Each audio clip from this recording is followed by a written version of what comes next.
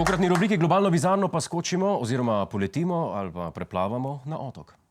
So yeah, this journey started around a year ago with the Great North Air Ambulance Service, who asked us to come up and trial this concept, and it works so well that we've spent the time in the interim, alongside all the other things we do in Gravity, actually developing the equipment further, so it can fly, faster and further for longer, and also training up some of the paramedics as well.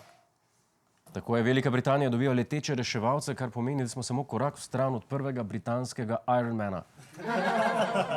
In takoj, ko bomo to opremo dobili tudi Slovenci, bo reševanje neprimerno obutih Čehov postalo bistveno bolj spektakularno.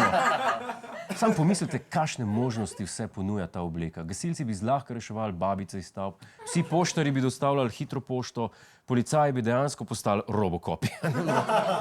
S tako obleko noben radar ne bi bil več stacionaren. Pa če bi kakšen policaj slučajno strmoglavil, bi se sam prekvalificiral v ležečega policaja. Da sploh ne omenjam, kako bi mi olajšali mačka, če bi tako opremo imeli dostavljavci. Pokličeš dostavo v 1 minuti, Volt dostavo, lekadol, espresso in burek. Vse.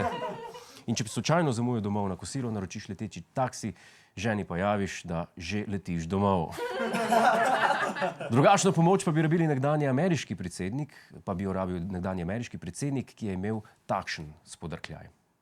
Russian elections are rigged.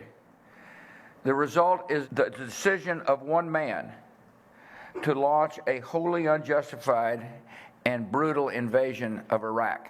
I mean, of Ukraine. Iraq. Anyway.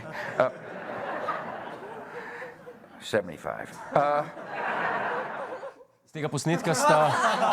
Iz tega posnetka sta razvidni dve stvari. Prva je, da je Freud imel prav, in druga, da je res možno postati tako dementen, da pozabiš, za katere vojne zločine si kriv ti in za katere Vladimir Putin. Hej, preden greš, klikni tukaj in se naroči na naš YouTube kanal, imamo pa tudi TikTok, Instagram in Facebook, tako da le urno.